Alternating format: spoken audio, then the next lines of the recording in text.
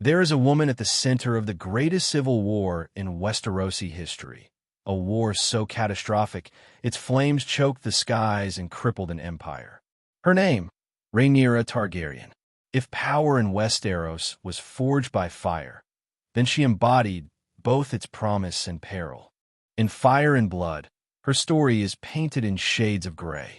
Every triumph, every cruelty, every mistake. This is a woman devoured by her own hunger, yet never quite consumed. Yet when HBO brought House of the Dragon to life, something vital changed. The Rhaenyra on screen is no longer the cunning tactician or the bold architect of her fate. Instead, she becomes softer, more reactive, a woman ruled by sorrow rather than by the drive to rule. The sharp edges have been sanded down. Her flaws are muted, her anger reframed as grief. The dragon's fire flickers, but rarely threatens to burn. Why does this matter? Because character shapes story. When complexity is sacrificed for sympathy, the rich narrative dance of conflict and consequence loses its rhythm. In seeking to make Rhaenyra relatable, the adaptation strips away the very tension that defines her, a leader torn between the ruthless demands of power and the relentless ache of loss. Imagine what might have been had the show embraced George R.R. Martin's vision. A queen whose every act invites both condemnation and awe. Mistakes that reveal her humanity. Ambitions that ignite the world. The tale of Rhaenyra becomes more than a tragedy. It becomes a mirror for the fire within us all. What was lost was not just a character, but a living symbol of the cost of ambition and the heart that beats beneath a crown. It is here, in complexity, that storytelling finds its greatest power. Part 1. Who is Book Rhaenyra? Let's start at the foundation. In Fire and Blood, Rhaenyra Targaryen is described as the realm's delight, a silver-haired princess who charmed an entire kingdom from childhood. She was her father's jewel. Viserys loved her above all others. Aenys named her heir over every tradition and convention, and she knew it. She absorbed that certainty the way dragons absorb fire. And that certainty is the key to everything about Book Rhaenyra. Book Rhaenyra embodies the Targaryen conviction perfectly. She's proud, charming, and frequently quite ruthless, with that signature belief that the normal rules don't apply to dragons. She doesn't just want the throne. She believes she is owed it with a bone-deep, almost theological certainty. And from that certainty flows both her greatness and her catastrophic failures. She is not a victim of circumstance who reluctantly goes to war. She is a player who has been playing since she was a child, seated at her father's council, taking his letters, learning his secrets. She understands power, craves it, and pursues it, and that makes her both magnificent and terrifying. Rhaenyra's transformation from a determined child to a war-driven adult echoes the tragic element prevalent throughout the Targaryen dynasty, a figure of tragic ambition, a relentless pursuit of the throne leading to the civil strife known as the Dance of the Dragons. The key word there is relentless. Book Rhaenyra is relentless. Show Rhaenyra is reluctant. That is the core difference between everything that follows. Part 2. The shocking details the show softened. Here is where it gets uncomfortable. Because Book Rhaenyra isn't just more complex, she is, in several documented moments, genuinely terrible. And that's the point. She takes King's Landing and then loses it through her own cruelty. When Rhaenyra finally seizes King's Landing, her lifelong dream, she doesn't show mercy. She doesn't extend the olive branch Corlys Velaryon urges upon her. Her first actions as queen are to execute several members of the Green Council and have Tywin Lannister tortured to try to regain the gold taken from the treasury. This made the people wary of her, especially after she showed how vindictive and grasping she was for the power she had finally gotten. Think about that. She wins. She has the city, and she immediately begins torturing her prisoners and executing people, turning the small folk of King's Landing against her within weeks of her arrival. Even Corlys Velaryon urges Rhaenyra to show restraint, to offer pardons, forgive her enemies, and treat prisoners gently. Rhaenyra ignores this counsel entirely. This is not grief. This is not trauma. This is a queen who, after a lifetime of being denied power, finally has it, and immediately reveals that she has absorbed the worst instincts of the Targaryen legacy. She orders the murder of guests after guests. This might be the single most damning act in the entire book. When Rhaenyra suspects Nettles, one of her own dragon riders, of having an affair with Daemon Targaryen, she orders Nettles' death. Worse, she orders Manfred Mouton to break guest right and kill her in his own castle. In Westeros, such an act goes beyond murder and is widely considered one of the worst crimes a person can commit. Guest right is sacred. It is the one inviolable law of Westerosi civilization. You do not harm a person sheltering under your roof. Rhaenyra doesn't just order a murder. She orders a violation so profound that it echoes through the moral fabric of the entire world. And she does it because she is jealous. She arrests Corlys Velaryon and destroys her own coalition. For daring to warn Adam Velaryon before he could be arrested, Rhaenyra has her former father-in-law beaten and imprisoned and plans to execute him. For this act, most of her allies desert her.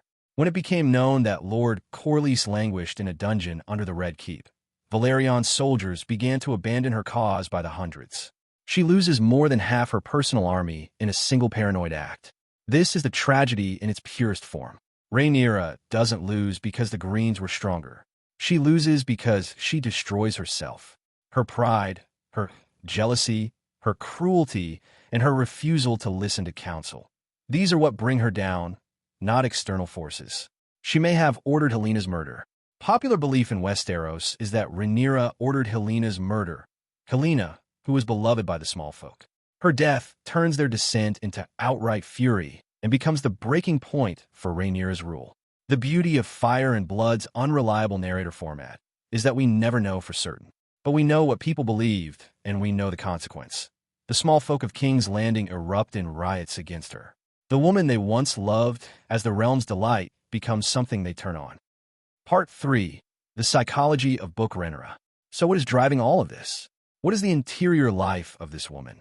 Book Rhaenyra is, at her core, a person who has been shaped by an impossible promise. Her father told her, when she was just a girl, that she would be queen. He made the lords of Westeros bend the knee to a child. He told her she was chosen, and she believed him completely, totally, without reservation. She built her entire identity around that promise. And then the world spent decades trying to take it back. Every lord who whispered about the succession. Every woman who was passed over for inheritance. Every man who looked at her bastard sons and smiled knowingly. Every political maneuvering of the Green Council. These were not just political threats. They were attacks on herself, on the promise her father made. This is why she cannot extend mercy when she wins King's Landing. Because in her mind, they attacked her. They denied who she was. And so they deserve punishment, not clemency. This is why she orders Nettles killed. Because if Daemon, the one person in her life who met her as an equal, who wanted her not as an heir, but as a woman and a partner, if Daemon had betrayed her, then the last pillar of her world is ash. And she reacts not with grief, but with rage. Rhaenyra demonstrated significant foresight in consolidating power and forming alliances early on, securing the loyalty of key houses and lords through marriages and promises, understanding the importance of political alliances in strengthening her claim to the Iron Throne. Her marriage to Laenor Velaryon, despite personal misgivings, showcased her willingness to prioritize strategic advantage. She was always calculating, always political. The tragedy is that those same instincts, which serve her so brilliantly for decades, become catastrophic under pressure. The strategic mind that won her allies cannot accept that winning the war requires more compromise, not less. She is, in the end, a woman who learned too well how to fight and never learned how to rule. Part 4. Show Rhaenyra what they built instead. Now, let's talk about Emma Darcy's Rhaenyra. Because to be absolutely fair, they are performing a different, coherent character beautifully. Darcy's work is genuinely affecting. Their Rhaenyra is grief-saturated, introspective, burdened, a woman who never wanted war and is slowly, painfully crushed by it.